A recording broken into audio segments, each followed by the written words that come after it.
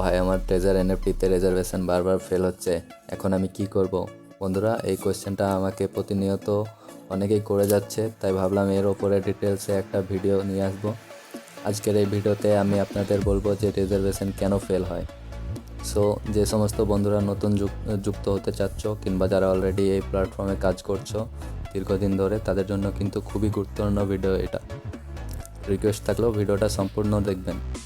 বন্ধুরা, ট্রেজার এনএফটিতে নতুন একটা আইডি তৈরি করার পরে এখানে আমাদের ইনকামটা কিভাবে হয়, এখানে কিন্তু আমরা রেজার্ভে গিয়ে রিজার্ভেশন করি, সেখানে আমরা একটা এনএফটি কিনি আবার বিক্রি করি।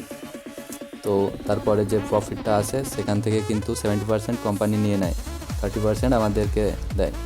এটুকু কিন্তু সবাই প্রত্যেকেই জানে। আপনারা যখন ইউটিউবে রিজার্ভেশন কেন ফেল হয় এই টপিকে যখন ভিডিও সার্চ করবেন, তো অনেক ভিডিওই পাবেন, কিন্তু সেই ভিডিওগুলো দেখে আপনারা একদম স্পষ্ট ক্লিয়ারভাবে কিন্তু বুঝতে পারবেন না যে কেন ফেল হয়। আমি যতদিন কাজ করছি আমার পার্সোনাল অভিজ্ঞতা দিয়ে আপনাদের 3টে এমন পয়েন্ট দেখাবো। তো এই 3টে পয়েন্টের কারণে কিন্তু রিজার্ভেশনগুলো ফেল হয়। প্রথম যে পয়েন্টটা হলো, এই প্ল্যাটফর্মে বায়ার অ্যান্ড সেলার, মানে এনএফটি বায়ার আর সেলারের ভারসাম্য যখন বজায় থাকে না, তখন কিন্তু রিজার্ভেশন ফেল হয়। তো এই জিনিসটা ভালোভাবে বোঝাচ্ছি।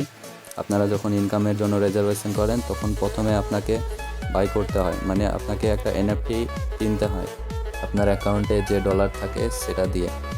তো আপনি যখন বাই করবেন ঠিক সেই টাইমে কিন্তু কেউ না কেউ সেই এনএফটিটা সেল করবে, মানে কেউ সেল করবে, আপনি বাই করবেন, আবার আপনার বাই করার পরে যখন কালেক্টে গিয়ে সেল করেন সেই টাইমে আপনি যখন সেল করবেন সেই টাইমে কিন্তু বায়ার কেউ না কেউ কিনবে। তো এই বায়ার আর সেলারের দুটোর মধ্যে কিন্তু ভারসাম্য বজায় রাখতে হবে। অর্থাৎ এক কথায়, এই প্ল্যাটফর্মে যদি বায়ারের সংখ্যা বেড়ে যায়, মানে খালি বাই করছে কিন্তু সেল করছে না, কখনো কখনো সেলারের সংখ্যা বেড়ে যায়, বাই করার লোক থাকে না, সেই ক্ষেত্রে কিন্তু রিজার্ভেশন ফেল শো করে। আর দ্বিতীয় যে কারণটা হলো, 3 মাসের মধ্যে যদি আপনি রেফার না করেন, বন্ধুরা এখানে রেফার করতে হবে, রেফার করে প্রতিনিয়ত কাজ করতে হবে। আর থার্ড যে পয়েন্টটা আছে, নেটওয়ার্ক প্রবলেম। এই প্রবলেমটা কিন্তু ম্যাক্সিমাম মানুষের হয়ে থাকে, যে তারা যখন রিজার্ভ করতে যায় তাদের নেটওয়ার্ক স্লো থাকার কারণে কিন্তু এনএফটি শো করে না, কিংবা আপনার যখন এনএফটি বাই করবেন সেটা কিন্তু ওপেনিং হতেই থাকে, ঘুরতেই থাকে, আর কালেক্টে শো করে না। তো এরকম ঘুরতে ঘুরতে কিন্তু অনেকেরই রিজার্ভেশন ফেল হয়ে যায়। তো এটা আমি দেখেছি, কিন্তু এটা খুব কম হয়। এরকম নেটওয়ার্ক প্রবলেমের জন্য অনেকেরই রিজার্ভেশন ফেল হয়।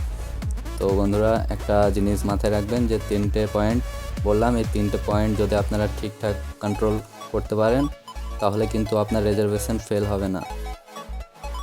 যদি ভিডিওটা ভালো লেগে থাকে তো অবশ্যই ভিডিওটাকে লাইক করে দেবেন, চ্যানেলটিকে সাবস্ক্রাইব করে দেবেন।